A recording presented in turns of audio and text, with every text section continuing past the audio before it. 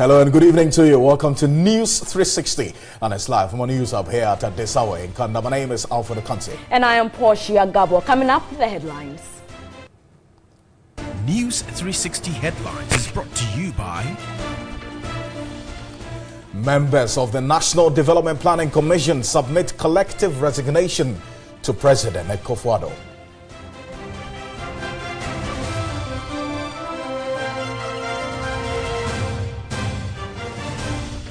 Deputy Speaker of Parliament Alban Dadbin says he is more than qualified to become Ghana's president.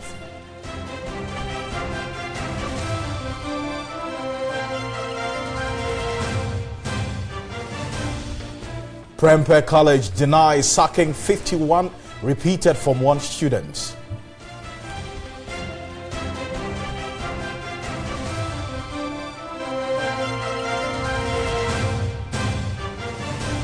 Well, coming up in business, economists suggest people with sufficient knowledge in banking as board members of financial institutions.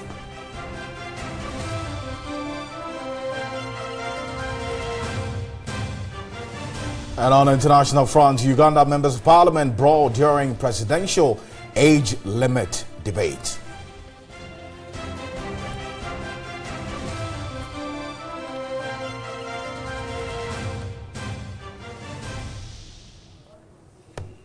Details coming up shortly. In our very first story, members of the National Development Planning Commission have submitted their collective resignation after presenting a draft long-term development plan to the President at the Flagstaff House. Chairman of the Commission, Dr. Kwesi Botwe, says the plan is not to shackle successive governments, but to establish a long-term horizon to promote national development.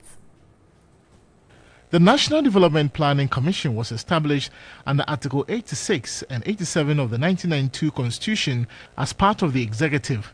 It is an independent body to advise the President on matters relating to policy, planning and strategy. Announcing the team's collective resignation, the chairman, Dr. Kwesi Botwe, said the plan is to forge continuity of development.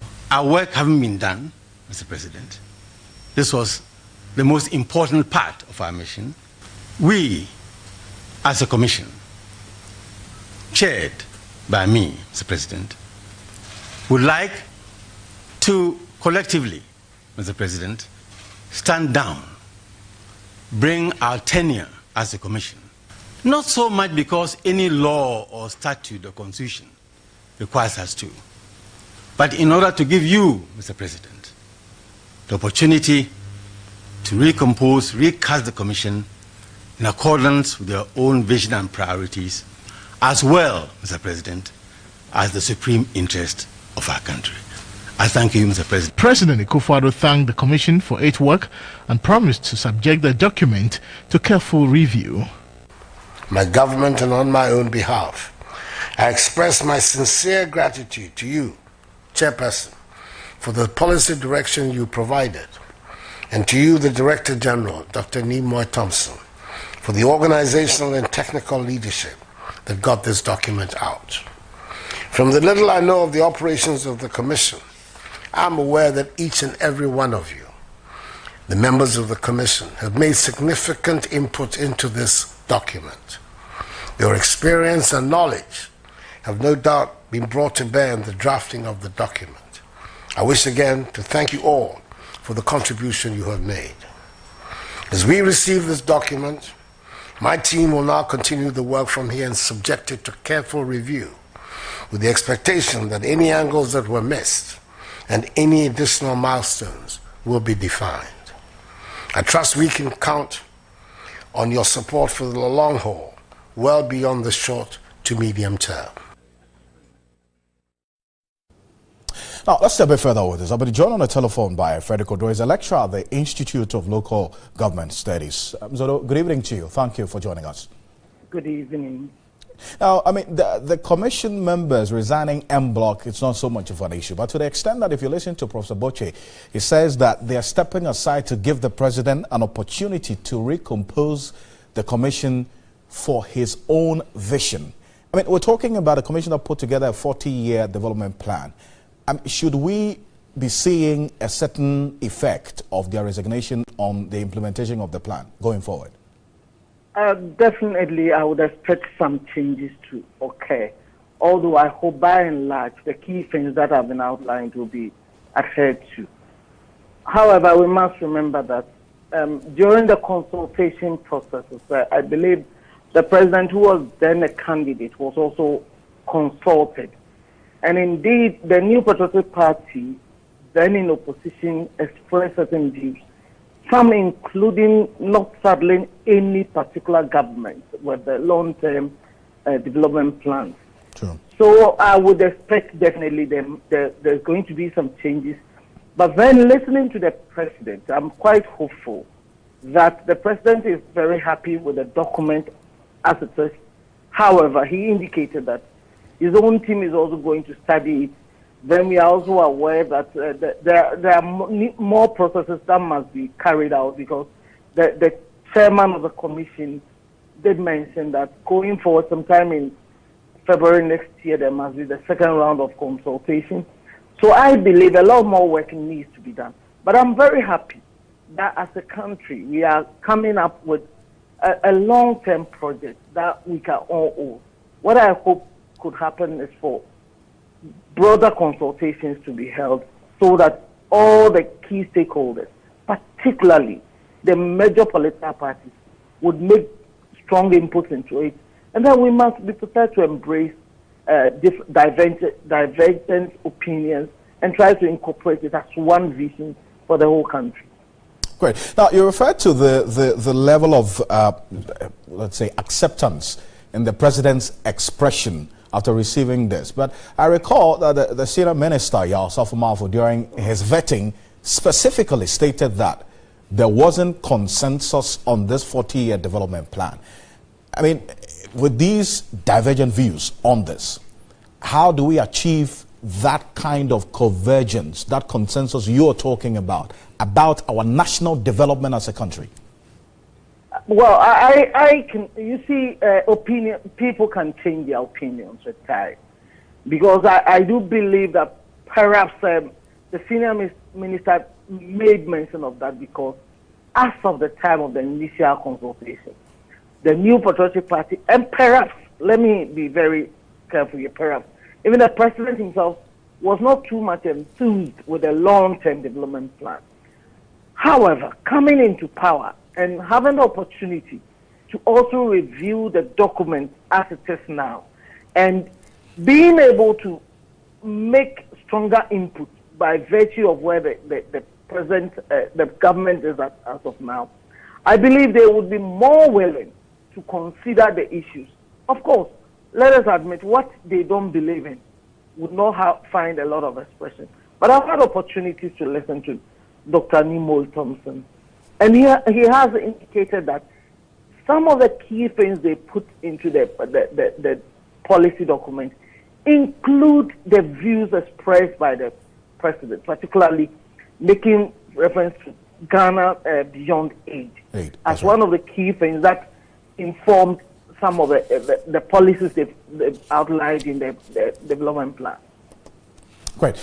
Thank you very much, Ms. Odro, for your initial thoughts on this. I'm grateful. Frederick Odro is a lecturer at the Institute of Local Government Studies here in Accra. Let's now go to the Ashanti region, where authorities at the Prempeh College in Kumasi have discounted reports that 51 students who failed their promotional exams last term have been sacked. The headmaster, Samuel Fodjo, says the students have rather been repeated at Form 1. The challenge, however, has to do with whether they will pay fees, as they are not part of the free senior high school program.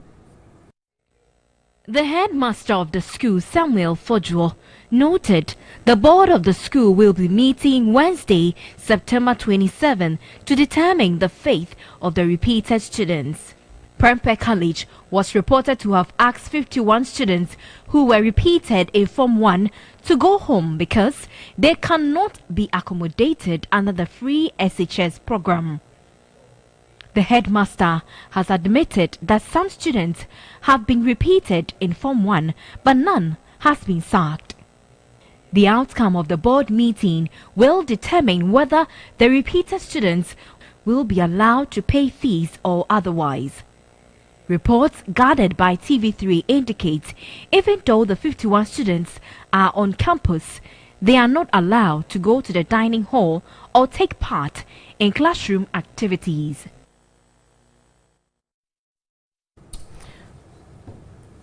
Well, still in the Ashanti region, popular serial caller Frank Kweku Appiah, known in real life as Appiah Stadium, has been arrested by the police in the Ashanti region.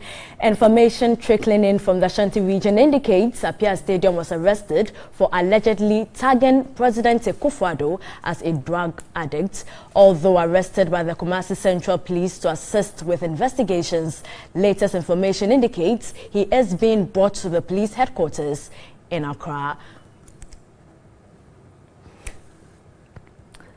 Joining me on the phone line is the Ashanti Regional Police Public Relations Officer, ASP Juliana Obeng. Good evening and thanks for your time. Good evening, my dear. Good evening to your viewers. First of all, what necessitated this arrest? Well, good evening once again. I think that I have explained on other stations that we had communicated with the CID headquarters, and communications from that and indicated that they needed our help to arrest Kweku Appiah, known in private life but popularly known as Appiah Stadium. And that's exactly what the command here in Ashanti region did this morning. So what charge have you preferred against him? There hasn't been any charge preferred against him here in Ashanti region, and the reason is that we are not the investigators in this matter. I think that the charges and every other detail concerning what follows after his arrest should be explained or will be explained by my colleague in Accra, CID headquarters. Okay, but why is he being brought to Accra? Well, he's being brought to Accra, as earlier explained. I think I've mentioned that we had communication with the CID headquarters, and they made us understand that, look, we're looking for Appiah Stadium, and if we all know Appiah Stadium, the Appiah Stadium we're talking about, we know that he lives in Kumasi here or in the Ashanti region, and so then it was easy for us in Ashanti region to help with the arrest, and that's exactly what we did. But he isn't being arrested because he tagged the president as a drug addict? Well, like already explained, the command here is not investigating Appiah Stadium. We have only helped in his arrest. Further explanations as to why he's been arrested and other details should be communicated to you by the CID PRO or the national headquarters. Thank you very much. ASP Juliana Obeng is the Public Relations Officer of the Ashanti Regional Police Command. Well, let's go to the Deputy Speaker of Parliament, Alban Samana Kingsford Bagbin, is saying that he is more than qualified to become Ghana's president. Interacting with journalists at an event to celebrate his 25th year in Ghanaian politics and his 60th birthday at WA, he, however, indicated the decision about who leads the NDC in 2020 will be taken by the party. Here's a report by Yakub Abdul Gafuro. Kaleo constituency, Alban Bagbin, who has been MP since 1992, says his presidential ambition is clear as daylight, though he is not yet clear about contesting for the MP seat again. He said he is very qualified to be the president of Ghana, indicating that if the current president Nana Akufo-Addo and former president John Dramani Mahama can be president, then he is more than qualified. Together with the NDC, we will take the decision as to who will be as in 2020. But I stand for among those who have come out so far. And there is none of them, those who have come out so far, who doesn't admire leadership, because I've led all of them in politics. If my ranking is president today, who can say the chairman is not qualified to be president? Mr. Bagbin announced his intention to run for president on the NDC's ticket in 2008, but never stood for the primaries. Let's now go to the labor front, where more than 100 members of the Public Utility Workers Union (PUW) of the electricity company picketed at the premises of the Trades Union Congress to demand that government pay their severance package. Union leaders have been given government 3 months to initiate negotiations or risk legal action. The workers demanded that government pays their severance package under the sale and purchasing agreement of ECG. They expressed disappointment previous meetings with government and the media on the issue have not yielded any positive results, arguing that under the Industrial and Labour Act 651, severance package is paid to workers if the employee is laid off. But earlier at a news conference, the union's leadership expressed fear that government could lay them off without paying the severance. The General Secretary of the Public Utilities Workers Union (PUW), Michael Eduma-Tanyantechi, called on government to respect the rights of workers. It is important something is done about this issue as early as possible. We cannot wait till the whole program runs to the end and then we only get out to realize that there is nothing with respect to the issue of severance, and then we don't know what is going to be the fate of our members. He again cautioned government to act swiftly or risk legal action. We are being pushed into a corner where we have no option but to use every legitimate means at our disposal to also assert the rights of our members. Other union leaders also asked government and other key stakeholders to uphold the dictates of the Labour Act. Let us get ourselves united, unite our fronts very well, and concentrate and listen to the leaders to give us instructions for us to follow. That government must listen to us now, that all severances of ECG workforce should be paid now. On the ECG sale and purchasing agreement, 51% shares would be owned by Ghanaians and 49% by MEDA. Government again promised not to lay off the workers.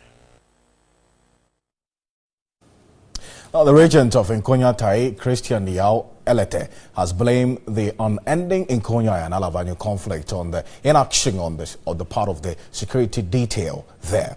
But this has been strongly rejected by security, who blame it on lack of information. At least 80 lives have been lost through the barrel of the gun since the Nkonya and Alavanyo conflict started on April 7, 1983. Hundreds of residents have also been maimed, with scores still living with bullets in their bodies. Yet attempts at brokering peace remain elusive. In the view of the regent of Asiedu-Dartey, Christian Yao Elete, the continuous atrocities must be blamed on the inaction of the security. There are soldiers and police officers at Alavanyo. There are some at Hinkro, and we have a few at Tai. If the youth of Tai are planning to move out, by every means somebody will tell the soldiers this is what is happening. The same thing must be done at Alavanyo and at Hinkro, but they sit down and allow things to happen. He wonders how people continue to be shot at and no one is arrested in spite of the presence of the security detail. Now you sit down, if you are guns being shot from the mountains to the town to kill people. I think we lost somebody at Tai like that. I'm hearing somebody also was lost in Alavanyo. So it's a very serious matter. And we plead with the army officers and the police officers who are with us. This was supported by the Volta Regional Peace Council Chairman Monsignor Anthony Konu, who is demanding more from the security. If the police had not been there, we don't know what will happen. But have the police also done sufficiently what they should be doing? Over 80 human lives have been lost. How many arrests have been made of the perpetrators? The police are to answer this. But the security disagree and blame the situation on lack of information. I was wondering why not a single suspect was arrested. So I began to investigate to find out why, first of all, police could not be able to arrest anybody in connection with any shootings they reported from communities. And my evidence is that from both communities, it's very, very difficult to get any information from anybody. The whole meeting might have agreed in principle to restore lasting peace, but these concerns, along with several entrenched positions, require urgent attention.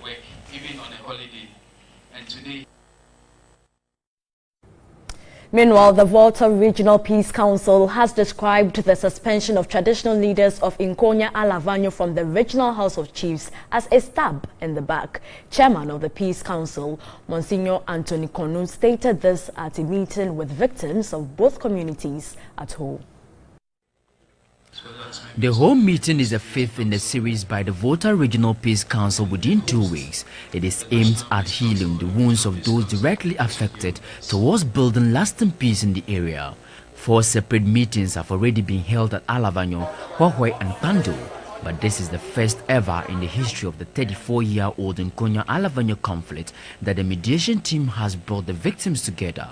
Chairman of the Volta Regional Peace Council, Monsignor Anthony Konu, decried the approach adopted by the Regional House of Chiefs towards the conflict. Unless we in the Volta Regional House of Chiefs want to shirk our responsibility of helping Nkonya and Alavanyo to transform the conflict, we cannot continue suspending them. So I'm appealing that the suspension be lifted.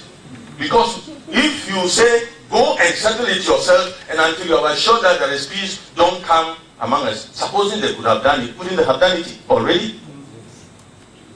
So we cannot renege on our responsibility of going along and working with our companions, the other chiefs, to help them.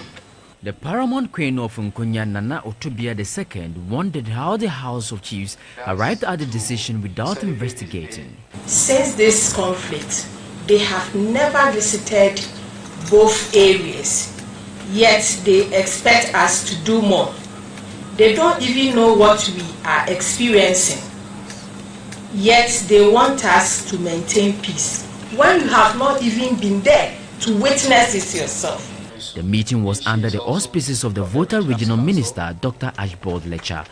The goal of bringing victims of the Alavanyo and Nkonya conflict, as well as the people who have sustained injuries in both communities to whole, is laudable, as this is an essential medium of contributing towards the cessation of hostilities between the two hostile communities. He appealed to the two traditional areas to help the peace process succeed. So moving closer. Now, the Eastern Regional Police has arrested a 25-year-old man for impersonation and unlawful possession of police accoutrement. Prince Ba was seen wearing police uniforms in Koforidua, the Eastern Regional capital.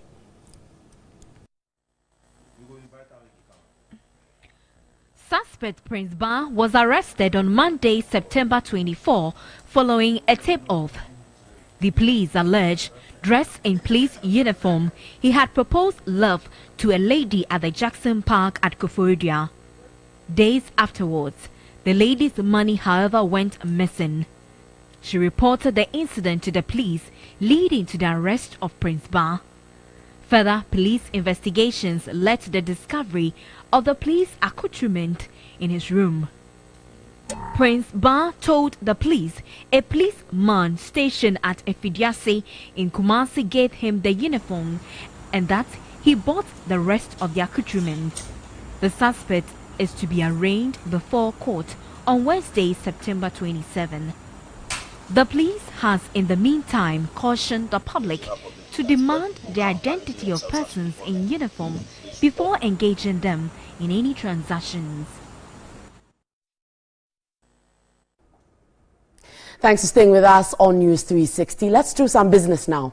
My name is Nanekia Mensah Abrampa. Now, economist and senior lecturer at the University of Cape Coast, Dr. John Gachi, has emphasized that financial institutions should select people with sufficient knowledge about banking to serve on their boards or hold managerial roles. He was speaking at a roundtable discussion organized by the Institute of Financial and Economic Journalists. Participants discussed the relevance of good corporate governance in the face of the recent happenings in the banking and financial sector. They also discussed the house cleaning by the Ghana Stock Exchange, which led to the suspension of trading of some stocks and delisting of some companies. Economist and senior lecturer at the University of Cape Coast, Dr. John Gachi, underscored the significance of banks and other financial institutions selecting people with sufficient knowledge about banking to serve on their boards or hold managerial roles. We need to get the appropriate people to occupy internal audit and those who manage the internal controls of the bank. But it doesn't go only with the remuneration and the prestige of occupying those positions. It's now going with obligations and liability, so that corporate governance becomes a complete chain of activities involving all the people who occupy positions to act in the interest of owners of the business and the stakeholders. Manager of the Ghana Stock Exchange, Eko Afezi, stated that good corporate governance included the enforcement of regulations that govern an institution. The key thing is that they have certain continuing obligations that they must meet all the time. And they'll be broken into two. The normal obligations, which are like statutory and fixed, then you have disclosure requirements. That's the kind of thing we're expecting investors to know. Former Managing Director of the Securities and Exchanges Commission, Dr. Edu Ananienchi, charged directors of financial institutions to be proper stewards of their outfits. Now it has been reduced to the level of directors and management, key staffs. The law has lifted the veil of incorporation somehow, to the extent that if now you do that act, you breach that provision. It is not only the company that will be held, but you, the director, also will be held personally, and you pay the appropriate penalty. The workshop forms part of a series of activities by the Institute of Financial and Economic Journalists, IFEJ, to ensure that their members have better understanding of the events in the economic sphere and also contribute to its discussions. Now, Stanbic Bank Ghana has launched one of the world's consistent and recognized economic indicator Purchasing Managers Index, PMI, in Accra. Now, the initiative forms part of the bank's commitment to further demonstrate and entrench its position as the leading financial institution across Africa. The PMI are a series of monthly economic surveys of carefully selected companies compiled by Market Economics, a global provider of influential business service. The Purchasing Managers Index, a comprehensive source of data on economic conditions across manufacturing and service sectors, will provide indicators for government and central banks in making informed financial decisions. The PMI surveys are available in more than 30 countries globally and key regions including the Eurozone, accounting for over 85% of global gross domestic product. The PMI, released monthly for developing and emerging economies worldwide, provides internationally consistent indication of economic trends based on facts. At the launch of the PMI in Accra, the Chief Executive of Stanbic Bank Ghana said the PMI will provide an indication of actual happenings in private sector economies to enable investors and corporates to make critical purchasing and economic decisions. It will boost investor confidence in Ghana because for the first time you actually will have market data coming out monthly. So for example, September and market indicators will be out by the first week, first 10 days of October. So you have real time. You don't have to wait for a whole quarter to see the last quarter events when you need to take rapid, especially for economies like ours where things move quite rapidly. PMI produces highly reliable economic indicators for better planning and analysis. We're encouraging companies that will be in our respondent group to be factual. We're trying to provide an independent indicator, to help decision making, and the quality of the information we put out there depends upon the quality of the responses that we will receive. Ghana's PMI structure, which includes data from agriculture, mining and the manufacturing sector amongst others, revealed August 2017, recorded the highest purchasing power, and the economy showed good prospects and improvement last year. The Ghana PMI at the moment is showing very strong results. It has a reading of 56.1, which is showing for quite a few months now, continued growth month on month. So that's looking at a potential economic growth of about between 5 and 6%. So it's looking very good on that basis. Right, so if you own a taxi and you want more, or you drive a taxi and you want to change it, you should pay attention to this one. Vivo Energy Ghana, the company that markets and distributes Shell products, is rewarding its customers with 6 Hyundai Grand i10 taxis in the next 3 months. The aim is to add to the savings Shell fuel gives to drivers while promoting a long-lasting relationship between Shell and drivers. The Shell Feeling New Year Deep Taxi Bonanza promotion will be giving away 6 brand new Hyundai Grand i10 taxis and free fuel, namely 1 year, 6 months and 1 month worth of free fuel. Customers also have a chance of winning a month's worth of shopping vouchers and a chance to win instant free airtime. At the launch of the Shell Feeling New Year Deep Taxi Bonanza promotion, Marketing Director of Vivo Energy Ghana, Jerry Boachi Dankwa, emphasized that rewarding Shell loyal customers means building a long-lasting relationship and providing additional savings. Feeling a deep promotion is the mother of all promotions in the oil marketing industry. At Shell, we continue to provide value for our customers. So this Feeling a deep promotion is actually a promo that we are doing to continue to add value to our customers. We want to say a big thank you to our customers for this year, and so this is a Christmas gift that we are bringing to our customers. To be part of the promotion, a driver needs to buy fuel worth 60 cedis or more at any of the 215 Shell service stations across the country, collect a scratch card and follow the instructions at the back of the card. Once you buy 60 cedis and get a scratch card and you dial, the dialing cost is actually free. Now, the other thing is that you can get an instant airtime. And we have over 80,000 instant airtime prices. It could be 2 cedis or 5 cedis. That is instantly. In addition to that, you get the opportunity to enter the draw. We are going to do a draw every 2 weeks. And every 2 weeks that we do a draw, we are going to give away one taxi, one of the 6 taxis. Now, during the draw 2, we are going to give about 200 prizes for each of the draws. And we're going to do these draws every 2 weeks. Vivo Energy Ghana provides Shell's differentiated fuels for improved energy performance and reduced fuel consumption. Human Resource Manager of Vivo Energy Ghana, Messi Amoa, noted Shell lubricants are designed to provide improved engine performance, extra responsiveness, reduced noise and lower maintenance cost. If you are not using Shell Fuel Save, I want to encourage you to switch to Shell Fuel Save now, and you will feel the savings in your pocket. That is why customers are saying Shell Fuel Save, Feeling New Year Deep. The Shell Feeling New Year Deep Taxi Bonanza promotion starts on September 26 and will end on December 24, 2017. 75,000 prizes will be won in the next 3 months.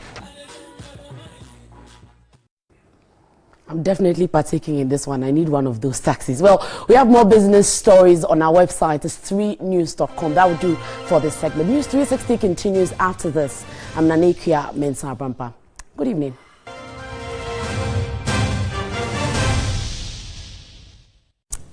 Welcome back to News 360. Now, President Akufo-Addo has reiterated government's resolve at building a self-reliant economy through a business environment devoid of corruption. The president gave the assurance when he received a Caribbean business delegation at the Flagstaff House.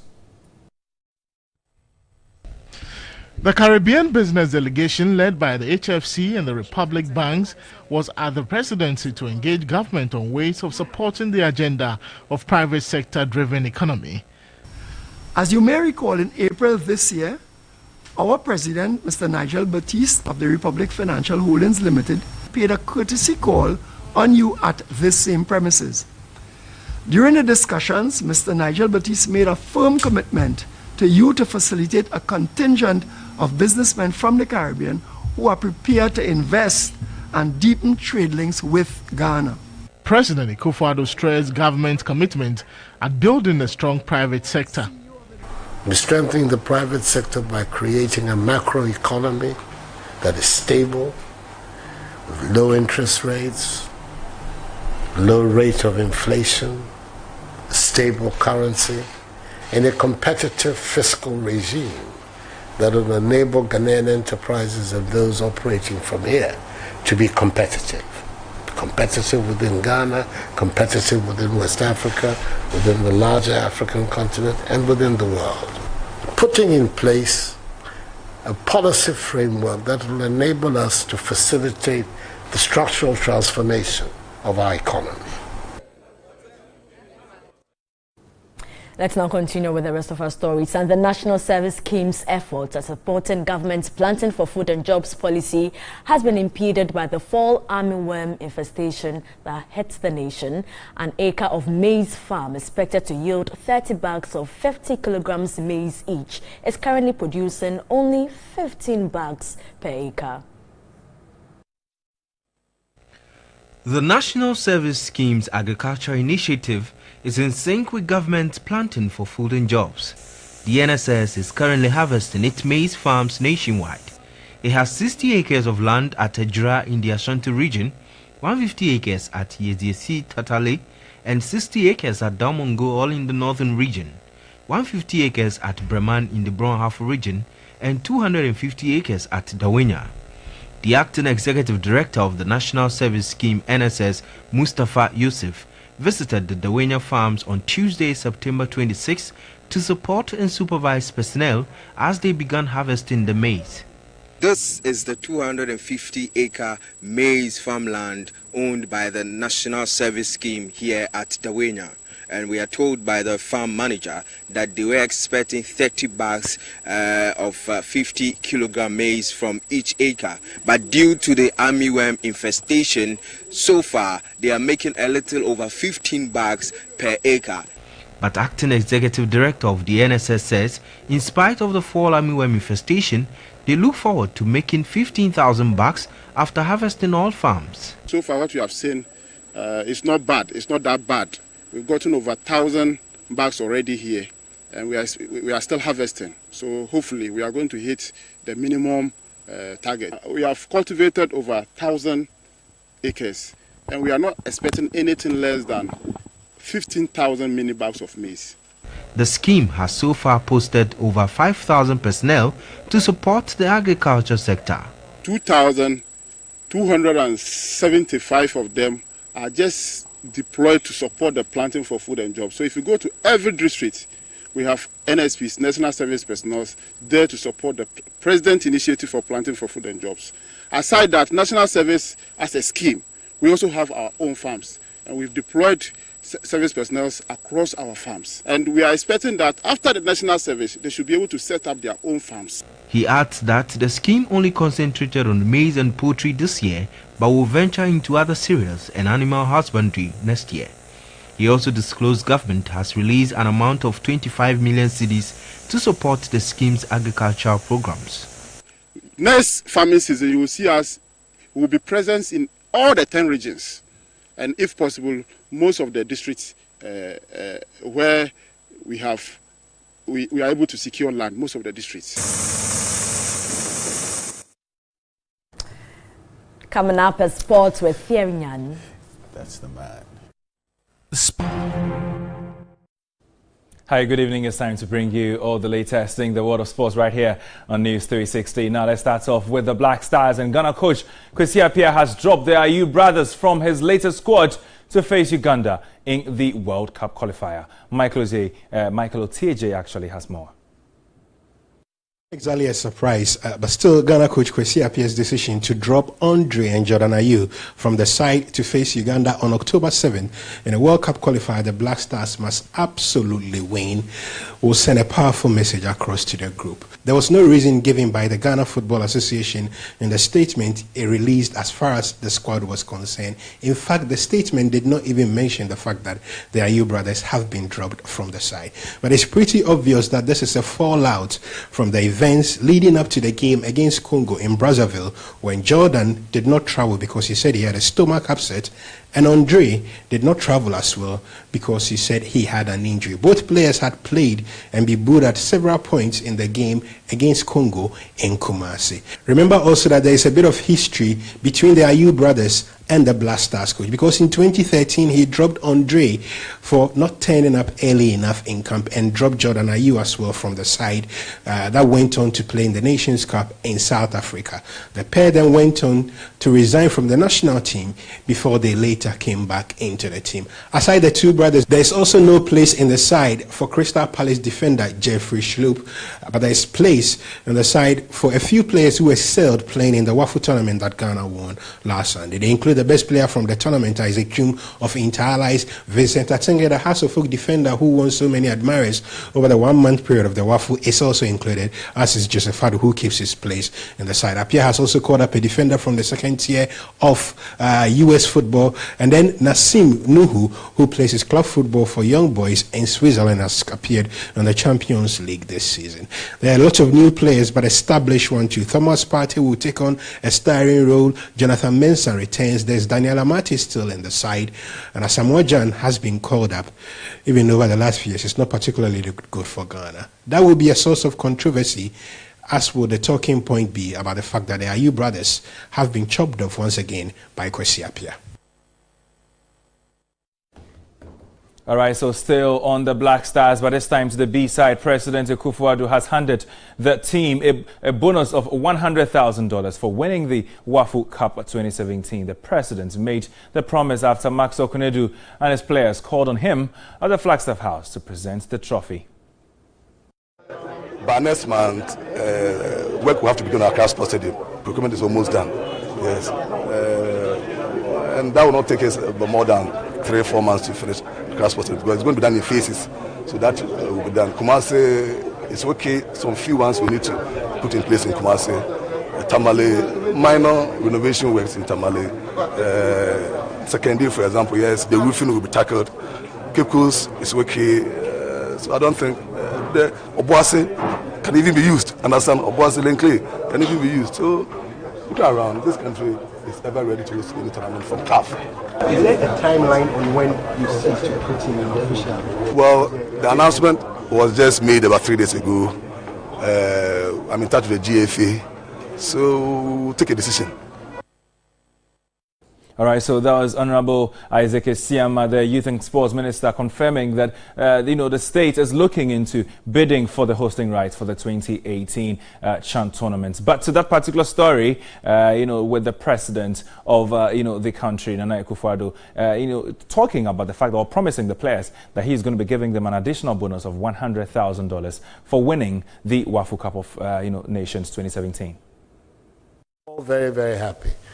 And I think that it was done on the standard principles of teamwork, hard work, teamwork, and everybody fighting for each other.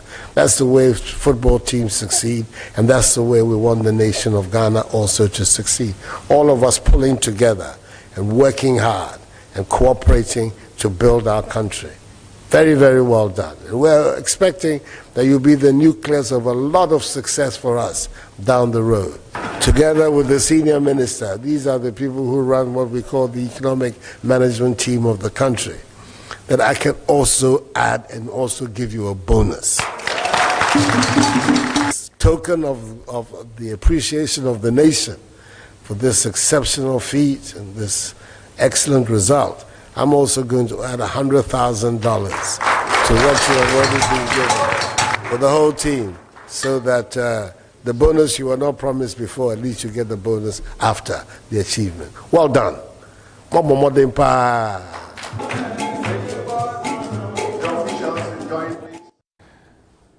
All right, so that was it from His Excellency Nana Addo Akufo-Addo promising the lads $100,000. But that's exactly where we bring an end to the sports bulletin right here on News 360. My name is Thierry Nyan. Thanks for joining me.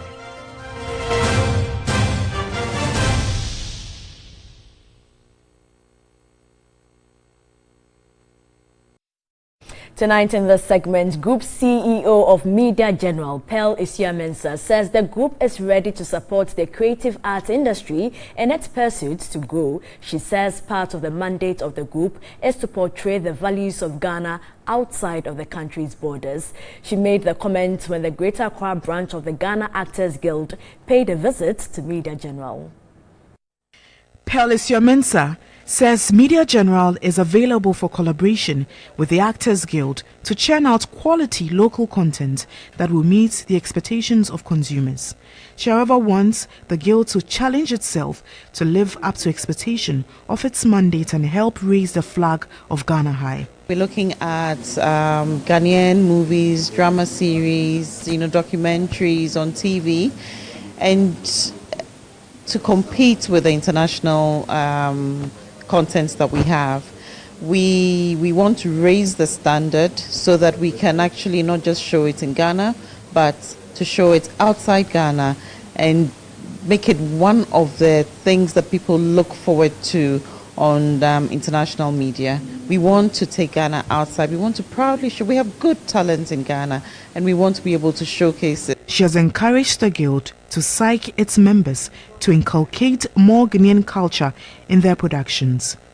President of the Guild, Sam Fishin, said the visit was to create a rapport between the Guild and Media General and also explore opportunities that will be beneficial to both.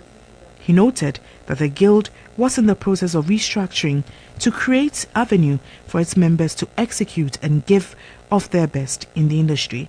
He also emphasized that members of the Guild were up to the task and would be able to deliver with a little push. In order for us to improve the situation, we as a Guild, as an entity, have decided to begin to do something for ourselves. Apart from primarily being actors and actresses, we have crew men within our midst. And so today, if we decide to put a production together, it is very, very possible. He says the members were ready and willing to take up the challenge.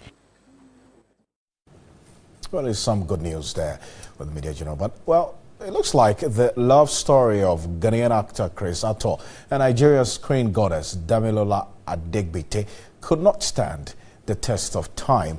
Earlier this year, there were rumors that the two, who got married in February 2015, had gone their separate ways, but they both denied this news earlier on.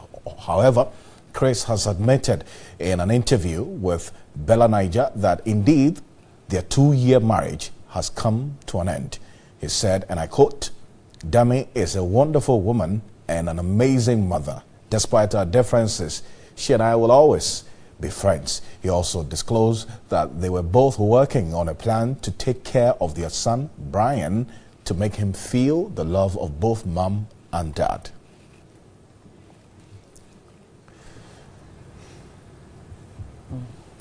Well, that's it for the news tonight. On behalf of the rest of the team here on News 360, we're grateful for staying with us. My name is Alfredo Kanse. And I am Portia Gabo. Coming up is Tashan.